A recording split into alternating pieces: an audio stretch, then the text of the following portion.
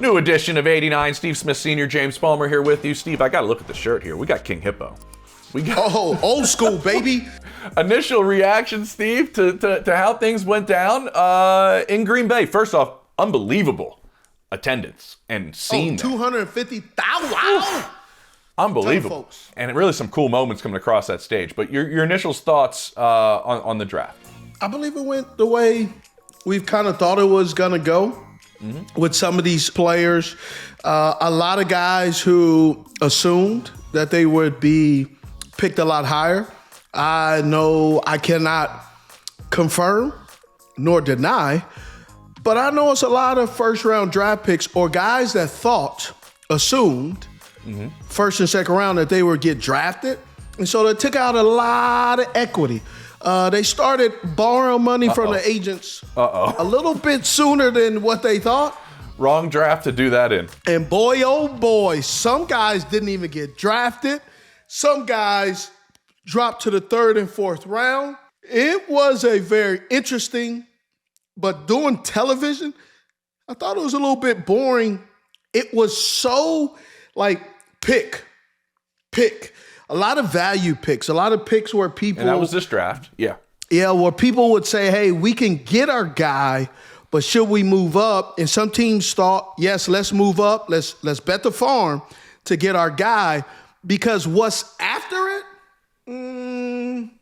that can get us fired. So we're not willing to risk it, and teams did that. Yeah, let's start with that. The team that moved up. James Gladstone used his stones and went up to number 2 in a very secretive pick, and they go up and get Travis Hunter. I look at this for Travis Hunter in two ways. One, I think with the trade, there is somewhat of an added pressure because you moved up and gave up that capital for a skill guy, not for a quarterback, for a skill guy. I'm curious where he would rank amongst the wide receivers of last year's draft, because some of them balled out in their first year. And is there added pressure to make sure he plays both ways? I think he's going to play both ways. I think it's going to be the most interesting thing we see in training camp in the early portion of season. I think the Jaguars are must-see TV because we want to see what he does on both sides of the ball. But I also think, Steve, this might be a better fit for him as a wide receiver than in Cleveland. You have a bona fide number 1 in Brian Thomas Jr. Yeah, you do. That is not even arguable, right? Finishes third in receiving as a rookie. That's a great thing to have as your Travis Hunter coming in. We've talked about the position coaches as well, and Edgar Bennett is his wide receiver coach, who's been in the NFL forever, like 17 years in Green Bay, bunch of years with the Raiders before he comes here to Jacksonville in the first year. I think that's a great fit for him. Trevor Lawrence is much more of a better quarterback situation than what he would have had in Cleveland. So they want him to be a receiver first and a DB second. The fit for Travis Hunter, what's your take on all of a sudden he's going back home to Florida? I love the pick. You have the hometown hero to some extent. I know he's not from Jacksonville. However, he is from the state of Florida. I also think it's really cool, and he will have some potential rookie mistakes, but then he'll have some rookie sensational plays that will justify the Jaguars moving up. I mean, ultimately, nobody really knows, right? No. Like, let's We're cut uncharted territory here. Look, let's cut the shit, bro. Nobody really knows. True. Nobody knows how good any of these damn players will be in the draft. You could project, right? If every late round pick was Tom Brady, then we'll have a whole bunch of Tom Brady. So that's not the case. But ultimately, the draft is about getting a good product, getting potential, getting hopes, getting that guy in your office, getting him in your organization, coach him up, hopefully put him in the best position that you possibly can, and you're figuring out how do we build the rocket ship as we take off, as we're in orbit, and it's still T's and P's, baby. It's still thoughts and prayers because you don't know. You really don't. No, you're just trying to increase your chances, right? You're trying to add pieces to a roster to increase the probability of your team being better in the next season. That's really it. Our PFT said on their show, Steve, he goes, Bleacher Report gave the Seattle Seahawks an F grade on their draft the year they drafted Bruce Irvin, Bobby Wagner, and Russell Wilson. That was the How did initial that work grade. out? I think that worked out pretty well. Super Bowl. I think that worked out pretty well. Let's go to the next receiver that was taken, Steve, and it's by your Carolina Panthers. T-Mac goes to the Panthers at 8. This was outside of the trade with Travis Hunter, really one of only 2 real shocks, I think, of the first round. Most of it went chalk, like you were saying, not super entertaining. This was a surprise because a lot of people thought defense. Yeah. And I think Ejiro Evero might be getting a little frustrated there in Tampa and Listen, bro, in Charlotte. You can. Guys got no players, but they go with the receiver. People respond to me on social media saying that first of all, the Panthers had 9 picks, and so they used 8 of them in this order of needing help. Edge rusher was number 1, 100%. Safety was number 2, corner number 3, wide receiver number 4, D tackle. That was the rank of needs. Okay. I understand getting it because it's a need. What I was shocked at was there were a little bit more impactful players on defense that I thought you needed to help calm the offensive storm that is mounted on Bryce Young and Coach Canales on the Carolina Panthers. Playing behind all the time. And playing behind, you know, what I thought and what some coaches in that draft room thought.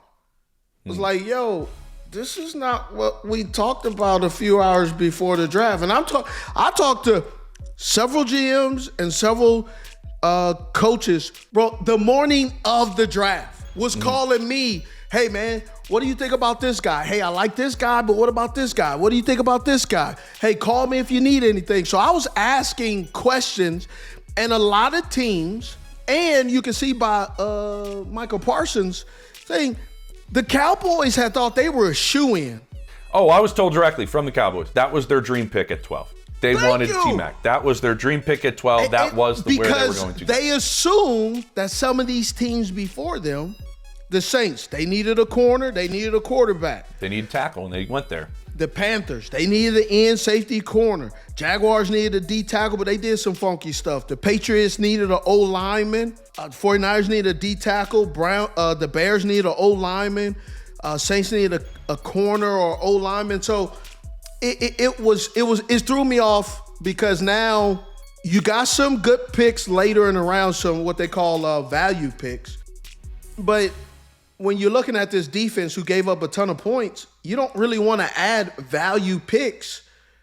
You want to add game changers. Yeah. And you had an opportunity to do that. Correct. And is T-Mac a game changer? Here's my answer to that. Like I stated, at the college level, he changed the game. He did a great job. And I've never met the young man personally, so I have no ill will towards him. I don't dislike him, and I don't like him. Meaning, I haven't met him to give you a fair assessment. All I can do is look at his film and evaluate him as his film. I don't know him personally. Obviously, he's going to be here in Charlotte, so I will get to know him if we choose to have that relationship. If we don't, you know, I'm going through some stuff. Hey, yeah, things happen, right? You know what I'm saying? Detours occur. Yeah. But I thought was interesting is when I break down that receiver room, you have Adam Thielen, possession receiver. Jalen Coker, possession receiver. I guess David Moore's a speed guy. Okay. Maybe he's a speed guy. What would you say he's a speed guy? Yeah. It's more of that than possession receiver. Yeah, go ahead. Okay. Xavier Legette, what would you consider him? Work in progress? Thank you. So work in progress means technically right now, possession, because you're really not sure what you're going to get out of him. Is that fair? Yeah, totally. Okay. And then they just got my dog. And I call him my dog because I love him, man. Hunter Renfrow. Hunter Renfrow ain't out beating paint drying, okay? That Hunter is not, that ain't who he is. That's not what he's doing. And he'll tell you that. You go and get in the 6th round with the 208th overall pick, Jimmy Horn, which is speed.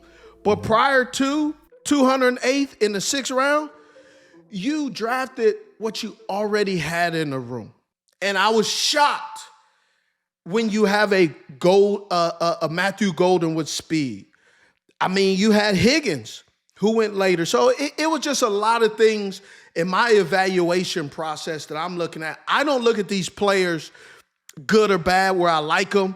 I don't know them. Here's what I try to do. Listen, folks, I try not to meet these individuals before the draft process because I have in the years before, and they have said things or you saw things, like TSA, see something, say something, that you go,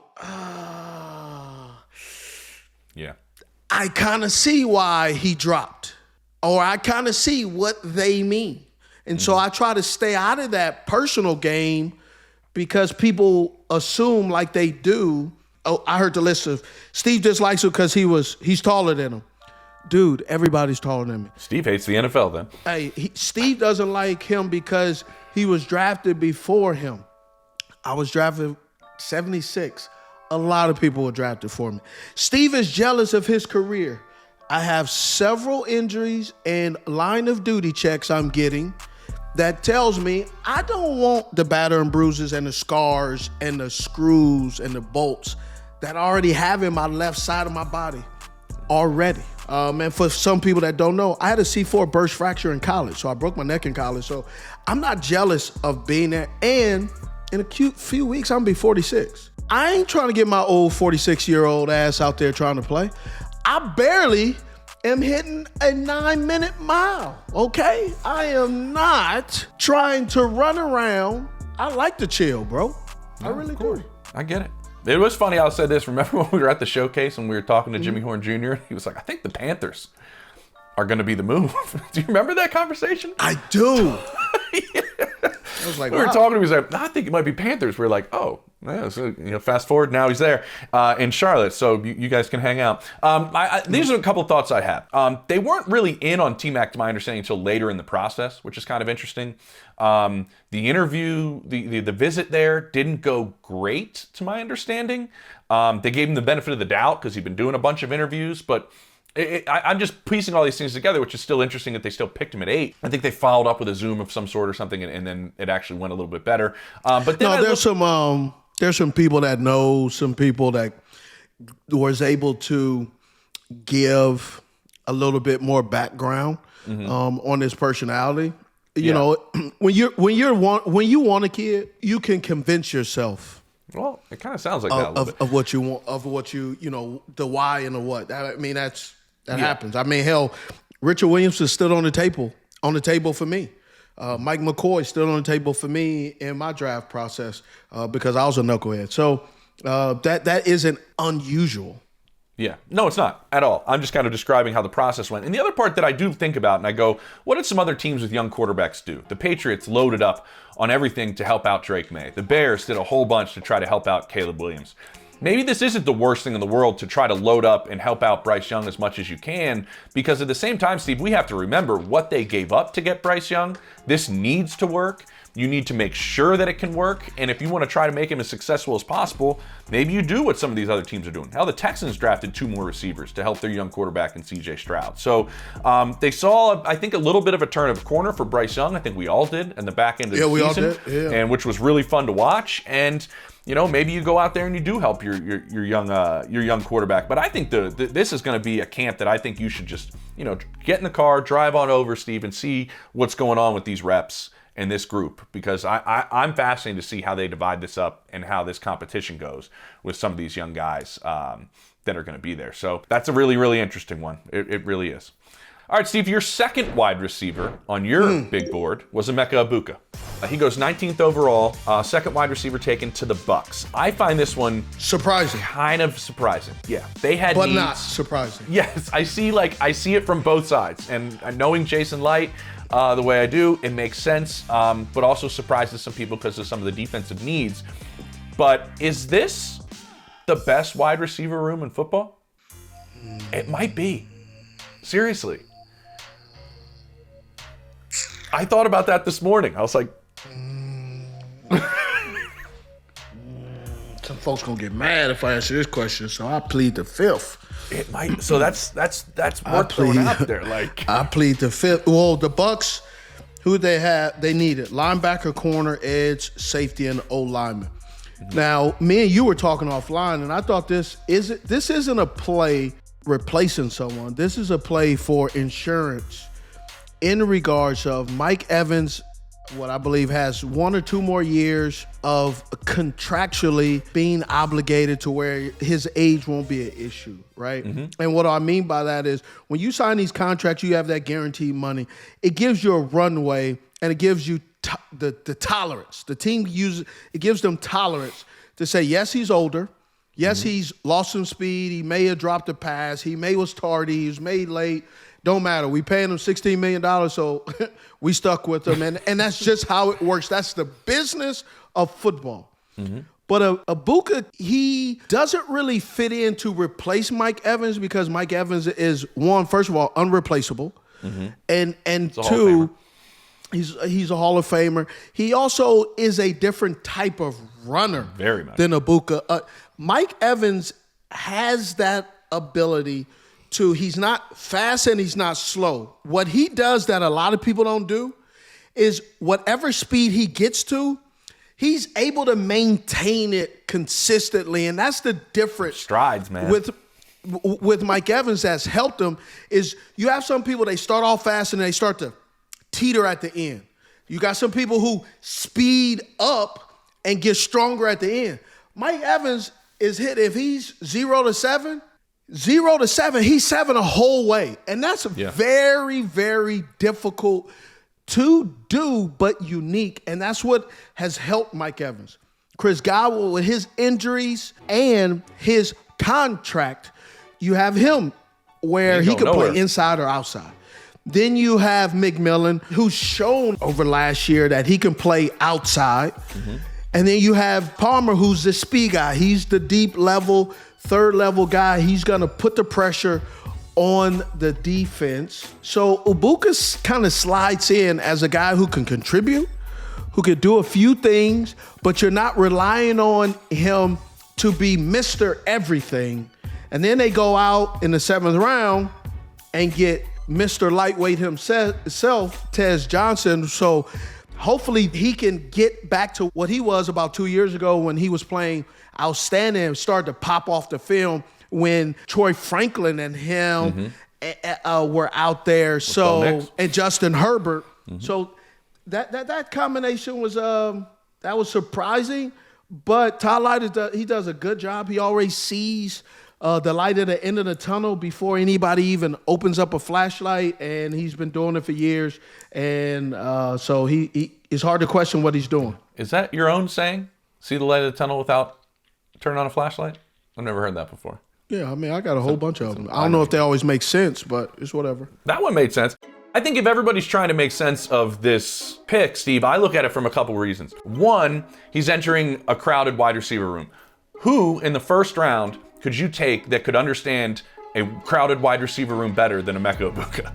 After being at Ohio State and having his role change each and every year because of the other talent that's in that receiver room, he shifted from his role in 2023 to 24 because of the arrival of Jeremiah Smith. He's been with Garrett Wilson. He's been with Chris Olave. All these first-round picks, Jackson Smith and Jigba. He's able to manipulate the way he plays the game, and that's the room he's going into. So I think that helps the Tampa Bay Bucks handle this as well. I think the other part is he's very similar to Chris Godwin, playing inside, good blockers, physical.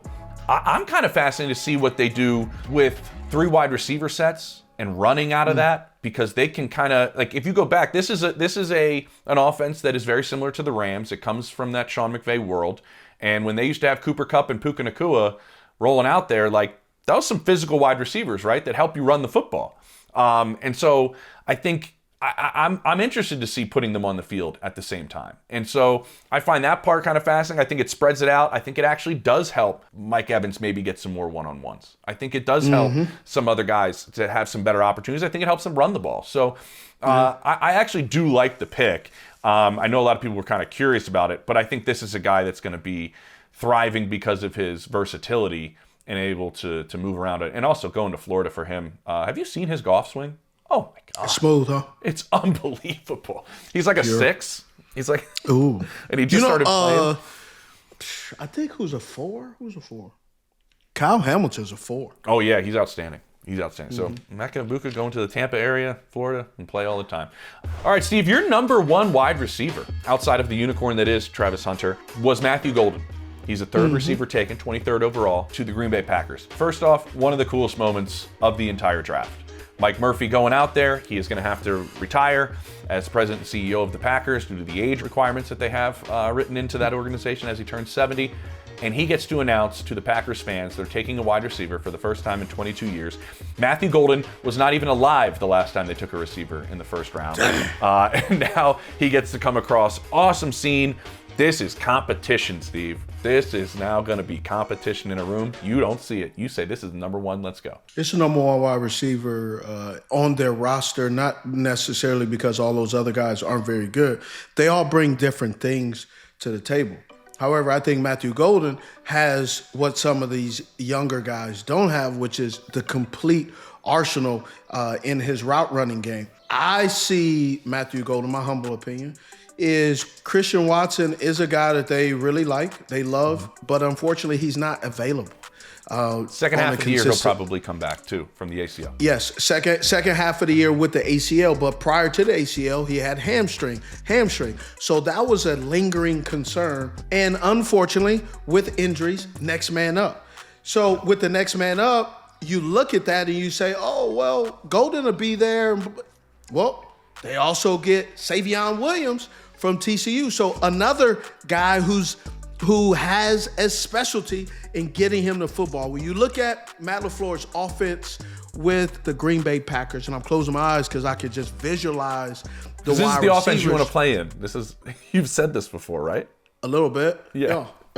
So as I close my eyes, right? So you have Matthew Golden, you have Jalen Reed, he's going in motion. Now you have Savion Williams, he's going to go in motion.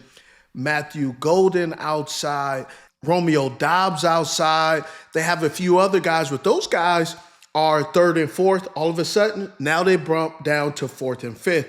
And these guys now have to take that step forward that Matt LaFleur is needing. This offense, with this quarterback, with this running game, they are looking for explosion.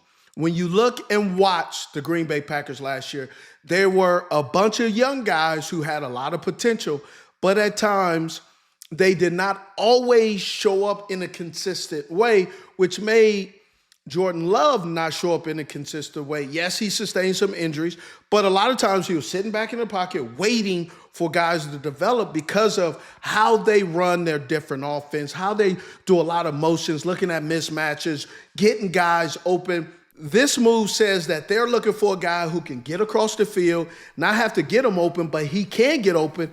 And if we have to create him some space, we could create it, but also have some other guys who could create space too. So you have a ton of guys with different skill sets, but the ability to stay on the field each and every play and each and every game.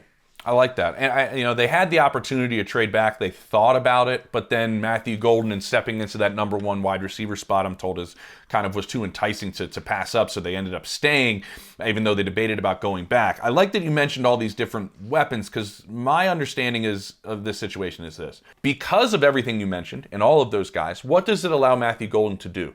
Contribute immediately, and doesn't rush into being the one, but will be the one, right? Whether it takes 3 weeks, whether it takes half a season, whether it takes a season, you have the luxury, and this is why they did this, to have him at the pace that he can do it, become that one. But you don't have to throw him in. You got to be Marvin Harrison Jr. right away. You got to be our passing offense, essentially. So I think that's a positive. They do believe he can play inside and out. They think, and before we move on, Steve, I just want to ask you this. They think he plays much bigger, like plays bigger than he is the way they view him. Was he 5'11", I think? Do you see that as the way he plays? Because they kind of see that. They see it. They see that because of you watch his film down the stretch. You can see his confidence grew and his impact in the game. So yes, he plays bigger because he's shown you that he can play bigger. And also, Savion Williams has an opportunity to dethrone someone as well. So you look at Matthew Golden as the number one guy, but Savion Williams and the way Matt LaFleur runs his offense and the way Savion was used at TCU, you could see him being a gadget guy. And with Jaylen Reed, he's a gadget guy too, but he's not as strong. And he gets bumped off his routes sometimes. So they're looking for some guys. Look, I really think that the Green Bay Packers, like Matt LaFleur is saying, we have a ton of good players. But let's go ahead and put some better players in there, feed these guys, and see which one comes on top. Who can fight their way to the top and come out of the arena and dismantle his competition, but respecting his teammates to see who's the real alpha dog out of this group instead of giving everyone these participation trophies. They're saying, no, somebody's got to come out of this room saying, this is my room. And I think it's going to be interesting. It's going to be fun to watch who's going to come out of that room and says, no, this is my room. Yeah, I think you look at two things with these two guys, Steve. They had 29 drops last year as a team. 29, that's a lot. You get two guys that can do a lot with the football in their hands. And what did we talk about before the start of this draft? How are teams going to value players that have return ability? The Packers, to my understanding, believe both of these guys, in Matthew Golden and Savion Williams, can be impactful in the return game if they want to use them in that sense. So that's an added element of what they want. And Williams in the red zone, they think adds another wrinkle to the entire way this offense operates. All right, moving on. Jayden Higgins, second-round pick by the Houston Texans. A lot of people I talked to in the league compared him to Nico Collins. Now, he's Nico Collins' teammate. The Patriots had him higher than T-Mac. The Texans had him higher than T-Mac.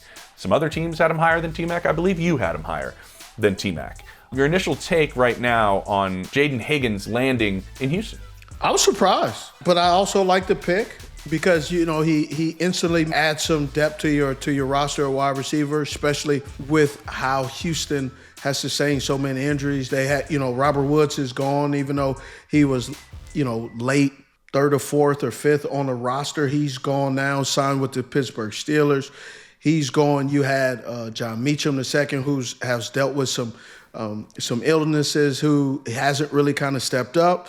And then you lose Stephon Diggs. You got Nico Collins, who at sometimes, when he's available, he can take over the game, but he's had some injuries. And then you obviously have Tank Dell, what he's going through. It's a crazy pick when you initially hear it, but then as we're going through the injuries and what they have, it kind of sounds like the right pick because they have to figure out what happens if some of these guys who are injured, what if they don't come back or they're not full speed? What do you do? Mm-hmm. Exactly. Talking to people in that building, they loved the pick. They've loved Higgins since they fell in love with him more or less at the Senior Bowl, getting a chance to go out and see the way he competed in that environment. They believe he checks every single box. If you do look at both these receivers, and we'll get to the other one they took in Jaylin Noel, as the teammates land there, what are they trying to do, Steve? These guys do both check character-wise, culture-wise, what D'Amico Ryans is trying to build. I think that played a part in it as well. The catch radius and size, I think, is extremely important. The Nico comps, they were well aware of him. They kind of felt that, and maybe that's part of the reason why they fell in love with him, because they obviously love Nico Collins, but they also see, to my understanding, a path that Nico Collins had.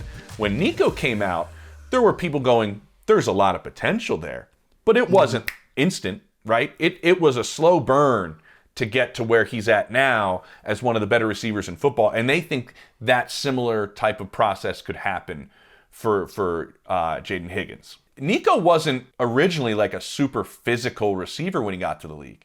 Now you look at him and there's like 9 guys trying to tackle him and he's still going downfield. So yeah, exactly. So they see that and it's like Higgins can contribute right away. And also what's the next 2 levels we can get him to? And I think that's a forward-thinking organization in the way you make the pick. All right, next on the list is the 7th pick of the second round by the Chicago Bears, Luther Burden. We see a philosophy here by Ben Johnson trying to help out Caleb Williams, everything that they did early on. I'm going to say right now, Steve, I know we're not supposed to, I don't like draft grades, but right now I don't see the fit here with Luther Burden. And I'll tell you why. And that's because on our show, you can go back and look at our rookie report cards where we did Rome Odunze. and we broke him down, and you said something to me that has stuck with me. And you said Rome was essentially blocked by Keenan Allen in some of the things that he could do within an offense, specifically playing out of the slot, and that you think Rome can really, really be a dominant player when he can slide inside. Well, on your list, you have Luther Burden as almost exclusively a slot, or just is that right? So that's correct. So how do we do this? Because you're not taking. Also, I think their first pick was outstanding, and talking to people around the league, universally loved by Colston Loveland, that pick, and helping out this offense. Good pick. But you also have DJ Moore. Where does Luther Burden fit into this offense?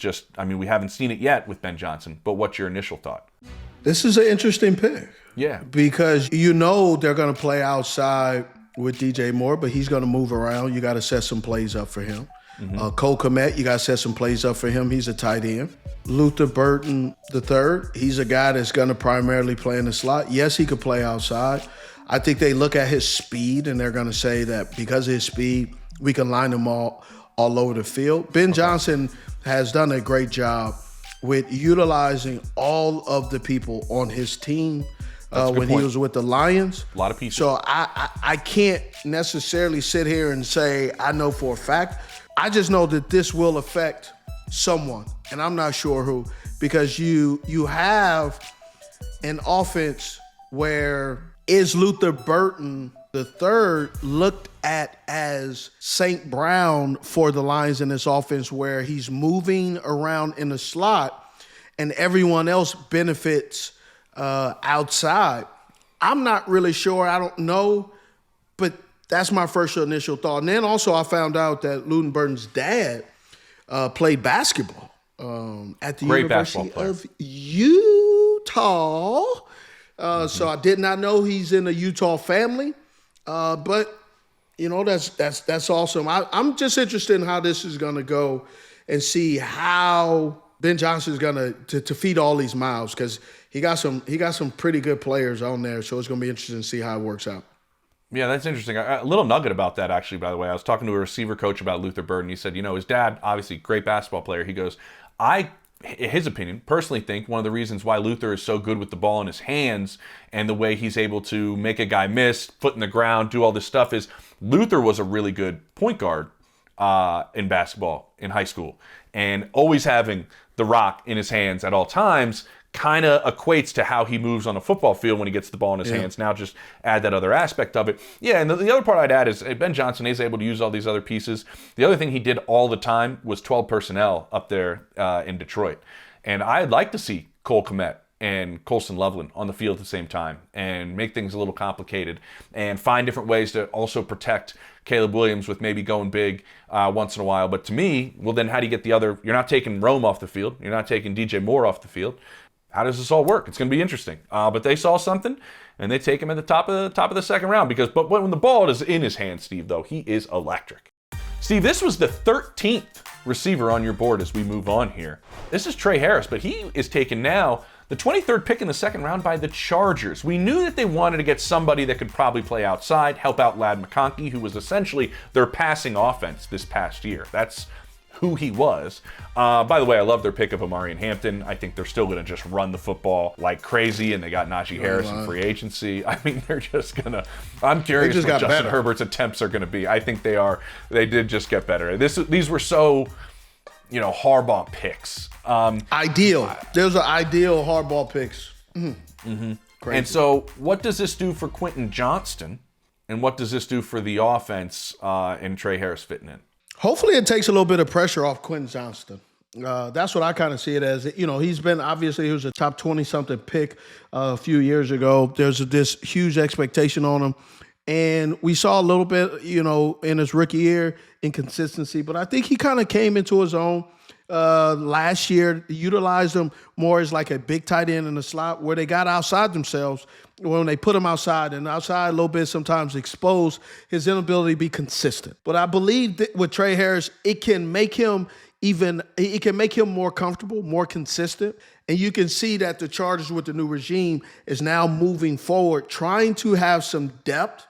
They have their number one, which is Ladd. And then they're looking for 2s, 3s, and 4s that can really contribute to this team and really do some things in the passing game that they need because they've already solidified the running game and have a pretty darn good defense. Yeah, and we know that those two are their focus, right? And I think getting Ladd any help to be freed up a little bit in the middle of the field is big. Remember, they did get Mike Williams back. We'll see what he has left in the tank. But yeah, I think they're just trying to throw a couple of darts here to go, you don't need to be the guy, but you need to help out this offense as a whole. And they see that in Tre Harris. All right, next up, Steve, we have your 8th overall wide receiver in Jack Bech. One of the best stories and one of the best reactions we saw, obviously, when he got drafted. Just really, really emotional scene. Pretty awesome for him and his family, I'll say that. He goes to the Raiders, 26th pick in the 2nd round. Talking to people there, they were desperate for another wide receiver. And I think, I do like the way they built their receiver room a little bit, because it seems like these guys can all kind of move around a little bit in their big three in some essence. But obviously Brock Bowers is still the focal point of that entire passing offense, and probably should be. Jacoby Myers doesn't get enough credit. He's really stepped up and has really shown his versatility and shocked me in ways, and it's been pretty dope to watch him. Jack Bech is a good pick, and I keep saying the tight end. They're going to use him for a big body, and the reason why they want a big body receiver, they also went with Dante Thornton from Tennessee, who's a speed guy, but he's tall as well, utilizing and understanding what the Las Vegas Raiders want to be under Pete Carroll, which is run the football. Physical. And with running the football, they want to put 12 personnel out there, kind of mismatch and get some bigger bodies, because who is their competition? The Los Angeles Chargers, the Kansas City Chiefs, and then again, the Denver Broncos. So big body, slowing down that D line and getting after the quarterback, getting whoever your quarterback is more comfortable, getting Gentry to be able to run the football, and then you could wear some teams down by running. Geno now, all of a sudden, he doesn't have to play hero ball. Now Geno can take what the defense gives him in the pass game and hand the ball off to your bell cow. So I would see this, as some people say, as puzzling. But if you know anything about Pete Carroll, if you watch Pete Carroll and his offense, he is all about ticking away the clock, playing keep away football, and playing good defense. I like that. And we know who the offensive coordinator here is, right? And Chip Kelly. And we know the way he likes to use different alignments. And I think with Jacoby Myers and Jack Bech, the way they can line up in the slot and outside, you can move both of them. You still have 2 tight ends. They still have Michael Mayer. They still have Brock Bowers. I do think you're right. I'm looking at the size of a lot of these guys. I like when teams have a plan, Steve, right? And this seems like they have a direct plan of how they want to operate as an offense. And by the way, he catches everything. Everything. Every time.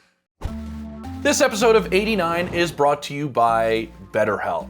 You know, in football, you have a support system, right? Whether it's your coaches, your trainers, or your teammates to help you kind of succeed. But what about you? What about off the field and making yourself the best version of yourself? Well, BetterHelp can help you do that. And I know oftentimes we're playing hero ball, right? We're going at it all by ourselves. We got to do it alone. But when you talk to a therapist, you have an opportunity to alleviate that. And we're not just talking about major trauma. We're talking about coping with a variety of things, whether it's relationship issues, just overall stress, just creating the best environment for you to be the best version of yourself. And BetterHelp can help you do that. Now, the best thing about it is BetterHelp is 100% online, so it is both affordable and convenient. With over 5 million people participating worldwide, well, you know you're in good hands. So build your support system with BetterHelp.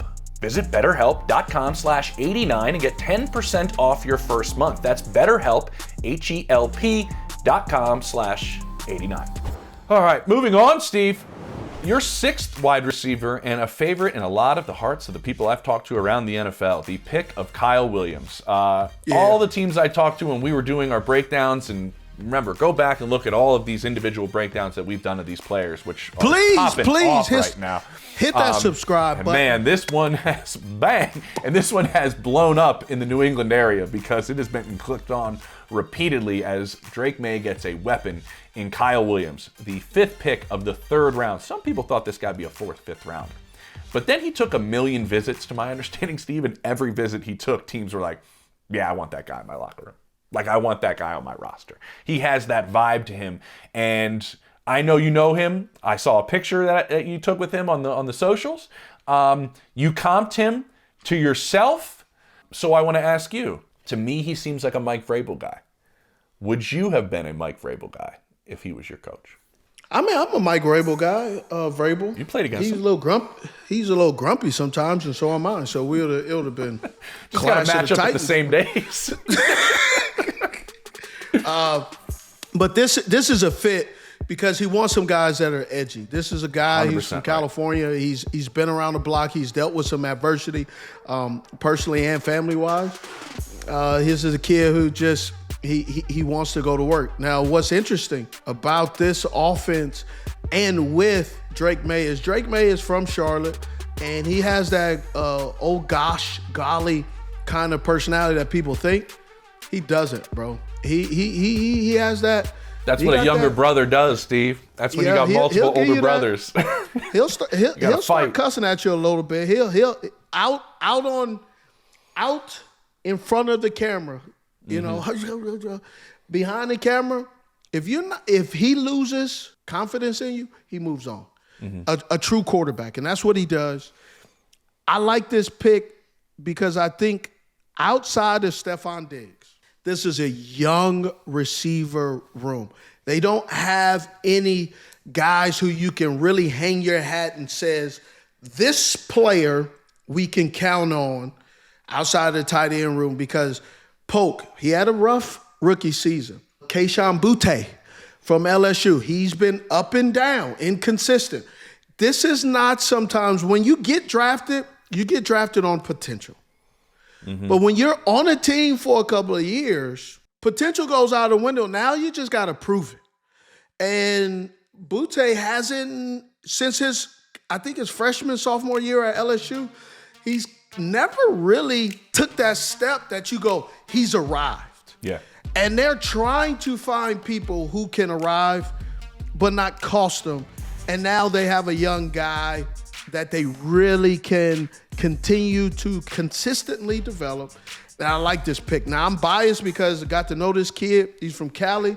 Reminds me of myself in regards of He's gonna get in. He's gonna get in you to your crawl. You ain't gonna talk sideways to him. You ain't gonna pull up on him and think that it's just gonna be all peaches and creams. He is going to bring some of that attitude that you want. So I'm really excited for this pick. Had the opportunity. Obviously, after I got off air, I just drove down the street and just hung out with him and his pops and his mom and his brother.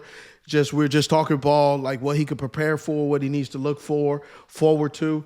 Then I was texting with Coach Josh McDaniels, like, hey, man, I love your guy. And he goes, you know him? And I sent him a picture. I said, yeah, I do. He goes, that's all I need to know, right? So these guys, yes, right? These guys, we have conversations, man. We talk. And it's just fun, and I'm excited to see some of these guys that I've cultivated some of these relationships with, to see what they're about and how they're going to handle adversity and see what can develop and how they mentally figure things out. And not everybody figures it out, man. You're drafted high or drafted low, but once you get under those lights, man, sometimes it does a number on you. And I don't expect Kyle Williams to do a number for him. This dude from Inglewood, man, he saw the thick of the thick. So I love it. Yeah, and you know what? We've been talking about coaches and their philosophies on this, right? The fact that if you talk to anybody in New England, that they lean in to Kyle Williams' personality, that they find that as an advantage, that's something that they want to utilize in their locker room, shows you the way that they're wired as a staff and as an organization now, because they want that edge and they want to lean into his edge. I like that, honestly, from the way Mike Vrabel is wired. Like, he wants those type of competitors. Definitely got one in Kyle Williams. I know that Josh McDaniels, to my understanding, really liked Jaylin Noel as well, but I do think you look at what Kyle Williams gives you, and it makes sense for New England and what Josh can do, because he can do a couple different things for you, but he can threaten safeties probably better than Jaylin Noel will. And what does that do, Steve? I think that opens things up for, this team's still got 2 tight ends. Like, 2 tight ends that can play. And also opens up things for, the guy they took in the second round, which is a monster pick for them as well, in Travion Henderson. And opening all of that up when you can get Kyle Williams to get vertical. And man, I think this is one of the better picks. And when I called around, texting people going, give me your favorite picks, this came up repeatedly. Like, I really love Kyle Williams to New England. Well, the other part that people don't realize too, you got to remember, when Josh McDaniels, when you look at his offense over the years, he's always got a guy who he can rely on. When you look at, and here's what, remember, Danny Amendola came out of nowhere when he was the coordinator in St. Louis / the Los Angeles Rams now, but St. Louis, Amendola. Then he comes out of here and he gets this Brandon Lloyd. He had Brandon Lloyd with the Rams again, and he brings him back with him when he goes down to New England. When he was when he shocked the world and thought he was going to reinvent the quarterback position with Tim Tebow, they also got a guy, Demaryius Thomas, right? So when I look and watch Josh McDaniels and how he does his offense, Captain Obvious you have with Julian Edelman. I'm not saying that he's the next, but he has that DNA where he can move around. They like his football intelligence. Now they just need to get him in the building and mold him into being the type of player that they want him to be in the slot. Wes Welker, just a number of guys that play in the slot that have the ability to take in a lot of data and not get overwhelmed. And I think this is the guy that they see, the next slot guy who can really take this offense and be a chain mover. Yeah, I mean, you look at him, you got Diggs, you got Matt Collins. After those 4, this puts the rest of the wide receiver room on notice. And you mentioned Polk and Javon Baker. Those guys are all outside. This is, And maybe, he flourishes and everybody forgets about the Ladd McConkey trade that happened last year. All right, Steve, this guy was not even on your top 20, on your big board. No. Isaac Teslaa. The Lions take him in the 3rd round, the 6th pick in the 3rd round. Big dude with a whole lot of hair. What's your take on Isaac Teslaa and this pick? Part of me goes, should I not trust Brad Holmes and Dan Campbell the way they've drafted the last couple of years? But this is a bit of a okay. This pick kind of puzzles me a little bit. It has the same Josh Reynolds, where they just need a big body guy.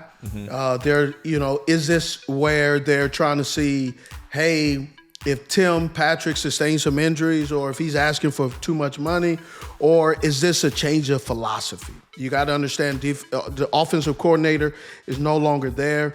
They also go down to get Dominic Levick from Georgia, 7th round pick, 244.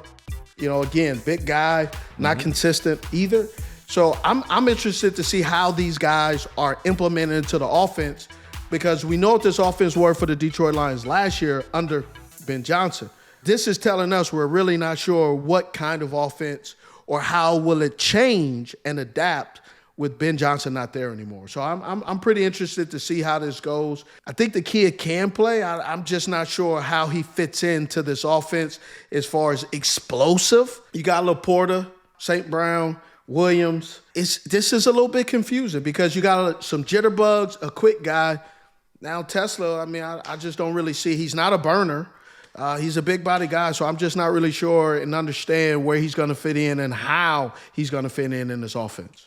We kept hearing skill guys as we move on here, Steve, with the Denver Broncos. Skill guys, skill guys, skill guys. They're getting the Joker. They're getting the Joker, and they go defensive back in the 1st round when they had their choice of going at a couple of these running backs if they wanted to, or possibly a tight end. But they go with Barron in the 1st round, makes maybe this defense best in football, possibly, has a chance. They're chance. good. They're real good. But they go Pat Bryant. They do get an offensive weapon for their quarterback, Bo Nix, with the 10th pick in the 3rd round.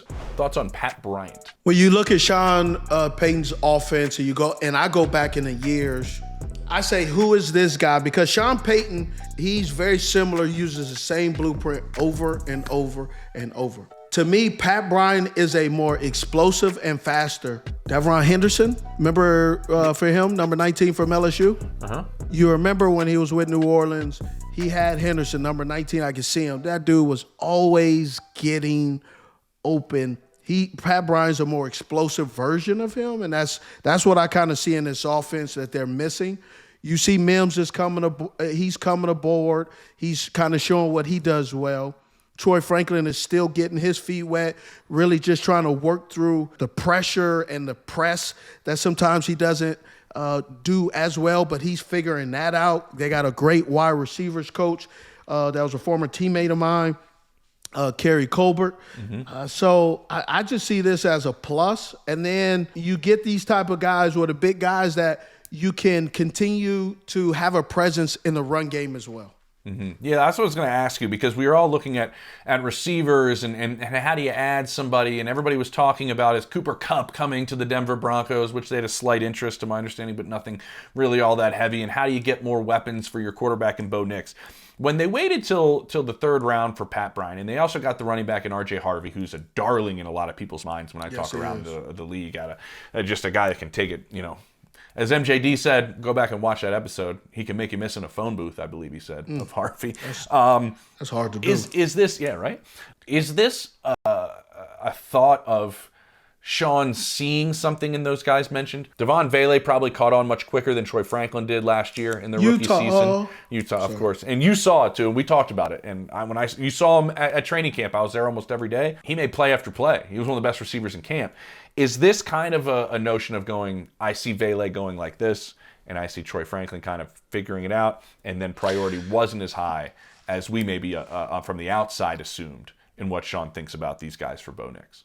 I believe priority is still high, and they did that by using the 3rd round 74th pick. But it's a little puzzling for the naked eye, because you also got to understand Sean Payton loves personnel fits.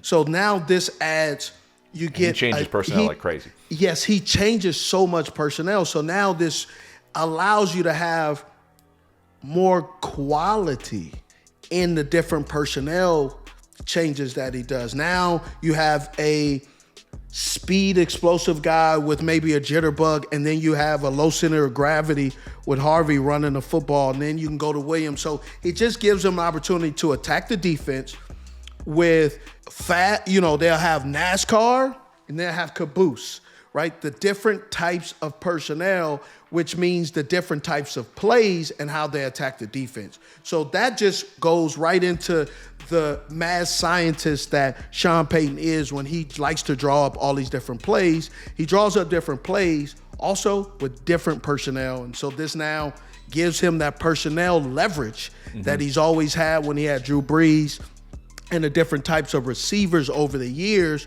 with the New Orleans Saints. You got Meacham, Colston, you had Henderson, you just had all these different, Joe Horn, you had all these different types of players that you never could really figure out how to slow them down, because they all brought something different to the table depending on the depth of the routes and also the down and distance. Yeah, I agree. I think a big part of this being successful for them is if Evan Ingram stays healthy and stays on the field with the injuries that he's had and being on the other side of 30 now. And real quick, I do want to mention, they did draft a basketball player in the 7th round to play tight end, who played tight end for one season at the Utah Utes. And that was... But I mean, isn't this a Sean Payton pick with, was it Caleb Lohner? What do you do with Jimmy Graham? You look at the Swiss Army knife with the quarterback. Taysom Hill, the BYU guy. So Sean's always looking at different fits, different outside the box.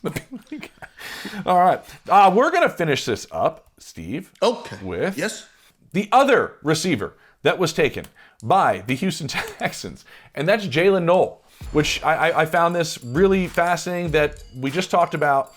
They get a guy that was comped to Nico Collins and Jayden Higgins.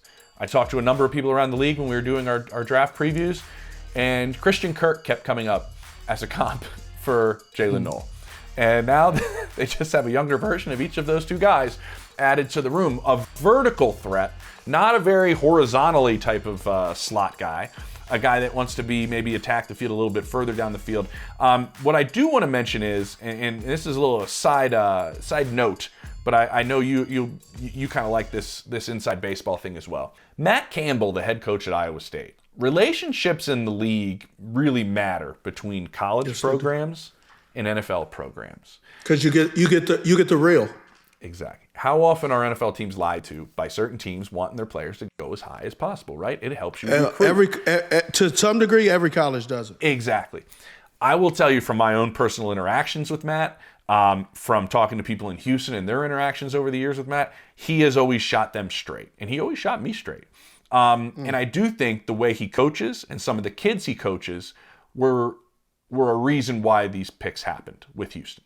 Because of the way that Coach Campbell has worked with some of these guys. So I do think that's a big part. And the other part about it is this process. And we talked about it when we were talking about Luther Burden in one of our videos when we were talking about these quarterbacks, if you want to, and competing and going out there and competing.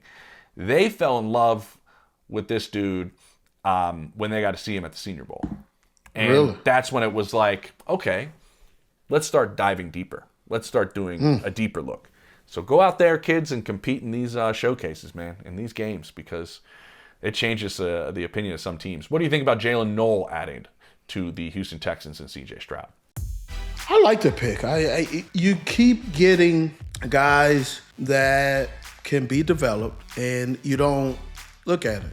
Noel is Christian Kirk. Who's on the team? Christian Kirk. So why not model your game after a guy that the team already believes you can play like him? So Christian doesn't have to teach him.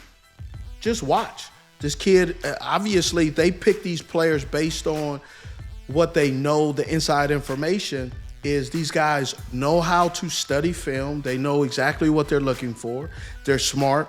You look at Iowa State, you could say they're not wide receiver you, but what they do have is young guys who, for whatever reason, they stick in the league.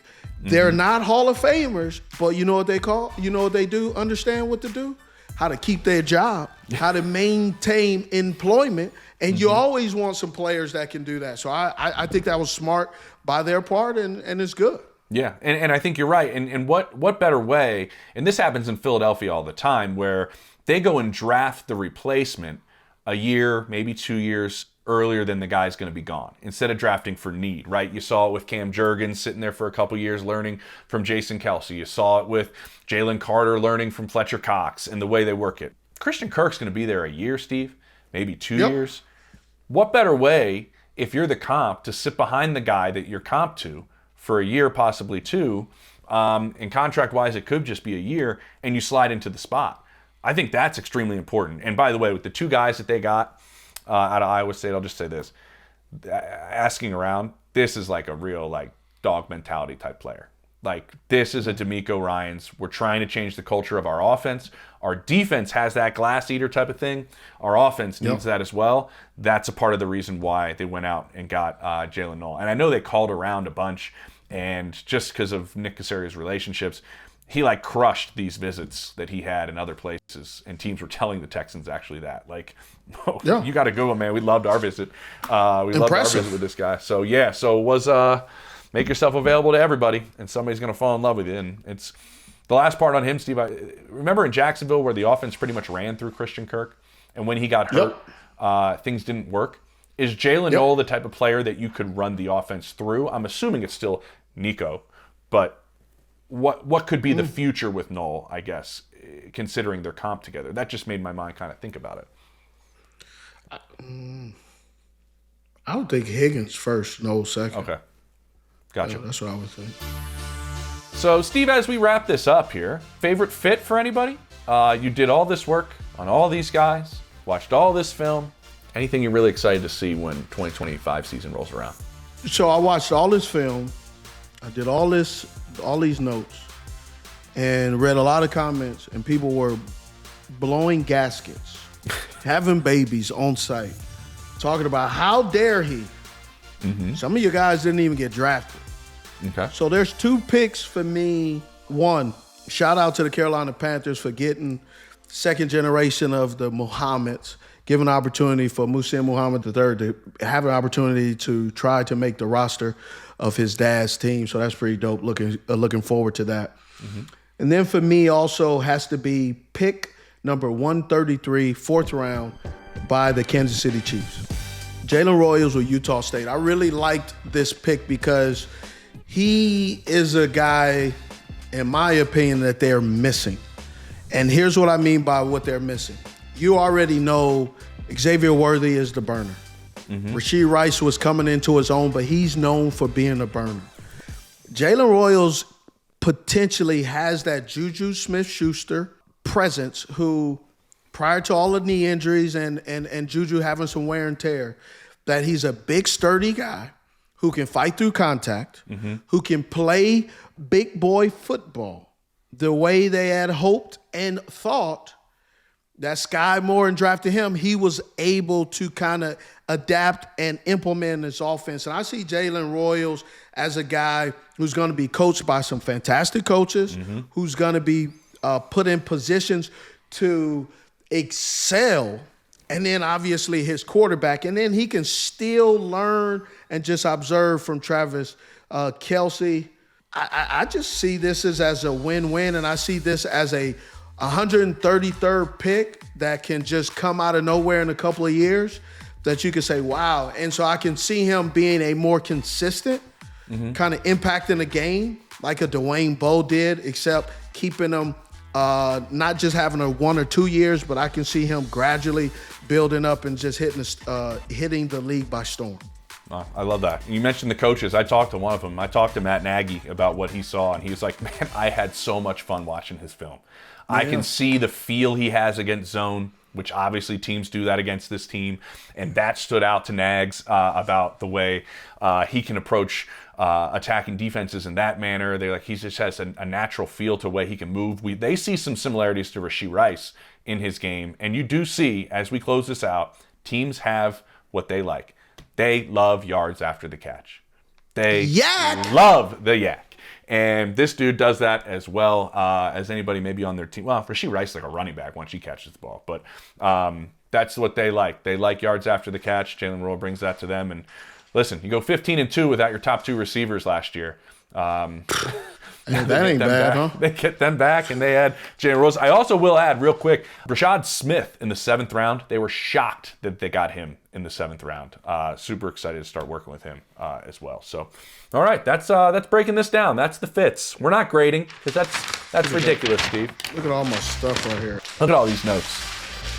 Look at this. Look at this. Look at this shit right here, huh? Yeah, there it goes. Look at this. The draft is over and I'm out of here. Done.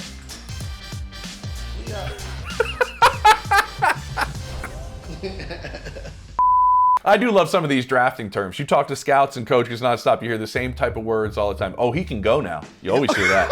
He can go now. He can go. He can go. He can go. He can go. He got juice. Hey, I love this one. Oh, man, he's a high motor guy. He's a high motor guy. High motor. And then you have he's unique. That's cool. So he's not for us. And that's code. Essentially, one of my favorites is, it's in the negative term. What is he character-wise? He's a turd. I hear turd all the time. You know what I haven't heard, but I have heard it a few times? Man, super turd. Super turd. Turd is a very popular term in the scouting world. Turdmeister.